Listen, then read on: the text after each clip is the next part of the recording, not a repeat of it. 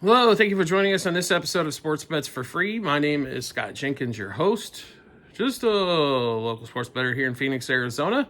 Hopefully today with our picks and your picks, it's going to be another great day for you. Memorial Day, May 26th, NBA Western Conference Game 4. All right, so we saw Game 3. Congratulations to the Knicks for getting a game in that series, finally. Down 20 in the first half. They had a little run at the end of the first half to get to 13. And did some damage in the fourth, as the Pacers couldn't hit a shot in the fourth quarter. Way it goes, right? They still only lose by 6, low-scoring game. And in that series, I can almost guarantee if it's a low-scoring game, the Knicks are going to pull that thing out. Game under 210, probably what's going to happen. Pacers are going to win. Those games are probably going to be in the 230s plus. So, anyway, we get on to that. So that series is 2-1 Pacers. Now we get over to the Thunder, who have a 2-1 lead on the road after getting embarrassed in Game 3. But it was kind of almost to be expected. After the first two games against Minnesota, they dismantled the Timberwolves pretty damn well. And the Timberwolves did not shoot well. You expected them to have a good shooting game at some point, and it happened in Game 3, right? Maybe we don't expect the Thunder to get beat by 40, but we expect the Wolves to win. That's why we picked the Wolves in Game 3, right? So we expect this series to go 6. That's not at least 6. So that's not anything to be weird, upset, or anything like that about. But Game 4 is a totally different scenario. You've seen it in these games. They get blown out in one game, the next game they come back and all of a sudden got the lead, or it's happening in every series. So this one here breaks down to a couple different things. Can the Thunder ratchet up the defense? They didn't get a lot of turnovers. They need turnovers. Fast break points is a lot of what they do. If it turns into a half-court game, I think a lot of that, goes to the T-Wolves side. And the reason being is because both teams don't really, like the Thunder offensively are not as efficient nearly in the half-court as they are when they can, obviously, on the fast break. One of the best fast break teams in the league. Transition teams, they get up and down. So in order to take advantage of their strengths in this, which is going to be depth and the quality of depth, they need to run some more. Same thing the Pacers need to do against the Knicks. Nothing too difficult to figure out. It's not that the T-Wolves are better in the half court. It's just that they're, how do I put this? There's not as big a discrepancy between the two teams in the half court, between the T-Wolves and the Thunder. And then you give the T-Wolves home court advantage, which is going to give them a little friendlier whistle. All the momentum in that arena. That's just going to lead to positive things for the T-Wolves. So, what do we like here in Game 4? Well, we like the defense to create some turnovers in this one. And we like Minnesota to not make so many threes, right? So, that's a big deal, too. Minnesota made a ton of threes. Anthony Edwards had 5. Hell, even Terrence Shannon, who hadn't played, all of a sudden he shows up at the bench. What did he score, 18 points or something? I mean, he had 9 points in 4 minutes in the first half, kind of gave them a big boost. I don't know what, I don't expect to see any of that again. So we do expect the Thunder to play better offensively, try to get more transition points.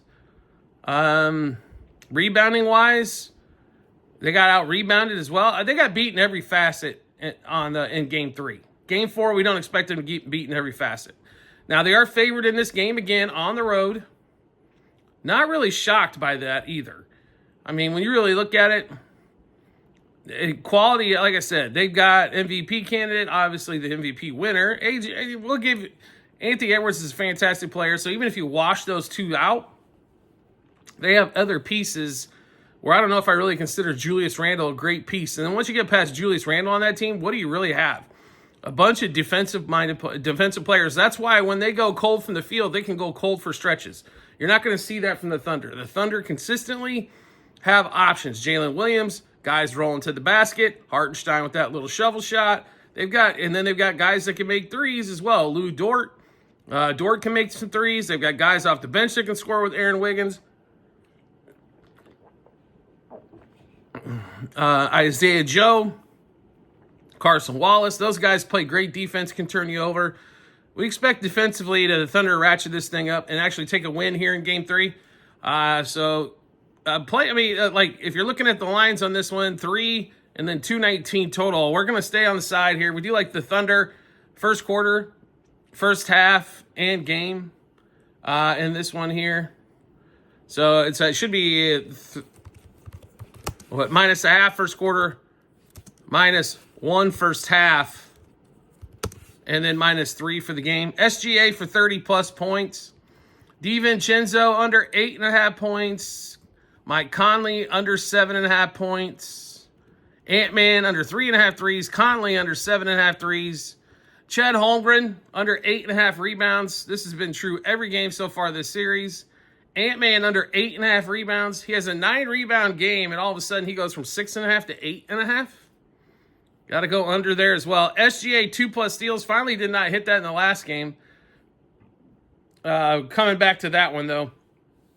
And then Ant-Man and Randall for 4+ turnovers. Like I said, we should see a lot better defensive effort, I think, from the Thunder here. A lot of time just to, they're on the road. So they're on the road for a couple days. Had to live with that embarrassment.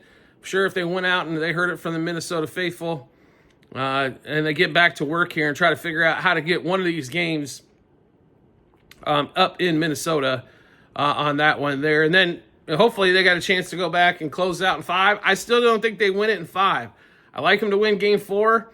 I don't know if they get her done in 5. I think, but they possibly could. But this is obviously going to be huge. If it's not 5, if they don't get this game here, more than likely this thing's going 7. So on that one there. All right, so we just went through a ton of picks. How do we get a chance to take a look at all those picks? No problem whatsoever. We've got them posted in multiple spots online, TikTok, YouTube channel pages, as well at the end of every episode on YouTube and also on our Discord channel. You can check that out, docs.google.com/spreadsheet. Click on that link, go to the basketball 24-25 tab. Scroll all the way down to May 26th. You'll be able to see all of our picks, what juice we got those at, how many units, and what book we picked them at as well. So make sure you check that out when you get some time. Do you like the content you're seeing here? Want to see some more? We'd love to have you along for the ride. All you need to do is hit follow or subscribe, depending on the social media platform you're watching us on. Will show up in your follow or subscriptions tab, or make life simple for yourself. Turn on those notifications for that social media platform. Get a notification sent to your phone or device to let you know Sports Picks for Free is giving you, has dropped a new episode of picks, give you plenty of chance to match those up with your picks, and give you that ton of confidence you need heading into Game 4. We do appreciate everybody's support as always, and we look forward to seeing you on our next episode.